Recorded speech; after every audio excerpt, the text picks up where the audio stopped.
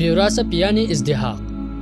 دنیا میں جو کچھ اس نے پایا فرعون، حامان اور قارون نے بھی نہیں پایا، بلکہ وہ دنیا میں اپنے اقتدار میں ضحاک کی مانند تھا، اور اہل یمن اس کی تائید کرتے ہیں۔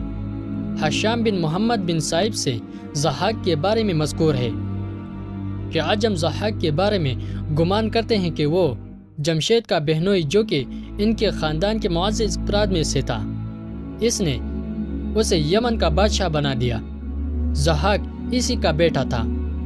اہل یمن یہ گمان کرتے ہیں کہ وہ انہی میں سے تھا، اور اس کا نسب یوں بیان کرتے ہیں کہ وہ ضحاک بن علوان بن عبیدہ بن عویج ہے، اور اس نے اپنے بھائی سنسان بن علوان بن عبیدہ بن عویج کو مصر کا بادشاہ بنایا تھا، اور وہ خزاعتہ کا پہلا شخص تھا۔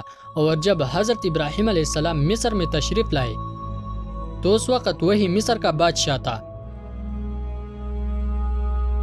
حشام بن محمد کہتے ہیں کہ ضحاک نے جمشید کے بعد تقریباً 1000 سال تک حکمرانی کی۔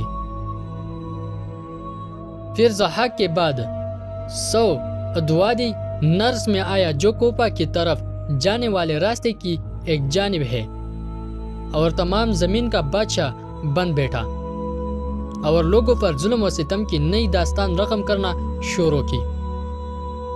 ہزاروں لوگوں کو قتل کیا، اور اس نے سب سے پہلے سولی پر لٹکانے اور بدن کے مختلف اعضاء کاٹنے کی سزائیں تجویز کیے۔ زمین پر عشر مقرر کیا، درہم جاری کیے، اور سب سے پہلے گانا گایا۔ پھر اس کی مدح سرائی میں گانا گائے گئے۔ بعض روایات میں ہے کہ ضحاک کے دونوں کندھوں پر اژدہے کی شکل کے پھوڑے نکل آئے، اور جب تک وہ 2 انسانوں کو قتل کر کے ان کا دماغ ان پر نہ لگا تھا تو یہ پھوڑے حرکت کرتے رہتے تھے، جس کی وجہ سے وہ شدید تکلیف محسوس کرتا تھا۔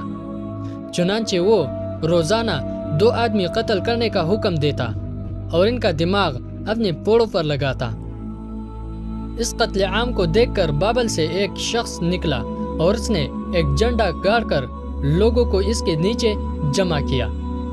جب ضحاک کو اس شخص کی حرکت کا علم ہوا تو اس نے پوچھا کہ اس نے لوگوں کو کیوں جمع کیا ہے اور وہ کیا چاہتا ہے۔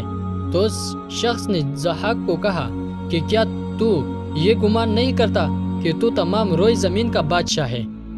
تو اس نے جواب دیا کہ بے شک میں تمام روئی زمین کا بادشاہ ہوں۔ تو اس شخص نے جواب دیا کہ اگر تو تمام روئی زمین کا بادشاہ ہے تو صرف ہمیں ہی کیوں قتل کرتا ہے؟ تجھے چاہیے کہ قتل کو تمام لوگوں پر تقسیم کر دے۔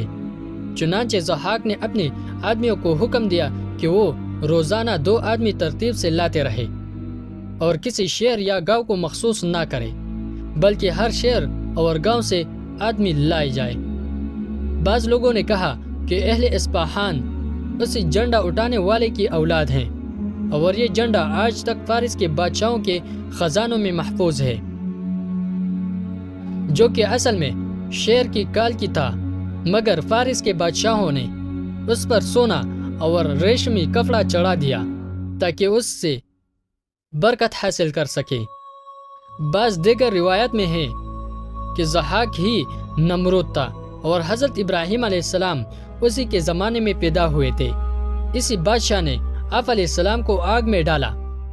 کہا جاتا ہے کہ افریدون جو جمشید کی نسل میں سے تھا، جو کہ ضحاک سے پہلے گزرا تھا، وہ جمشید کی 9ویں نسل تھا۔ اس کی جائے پیدائش دیناون تھی۔ ایک دن وہ اپنے گھر سے نکلا اور ضحاک کے محل میں پہنچ گیا۔ وہاں اس نے ضحاک کو نہ پایا۔ کہا جاتا ہے کہ وہ ہندوستان گیا ہوا تھا۔ بس اس نے محل میں جو کچھ بھی تھا سب کچھ لوٹ لیا۔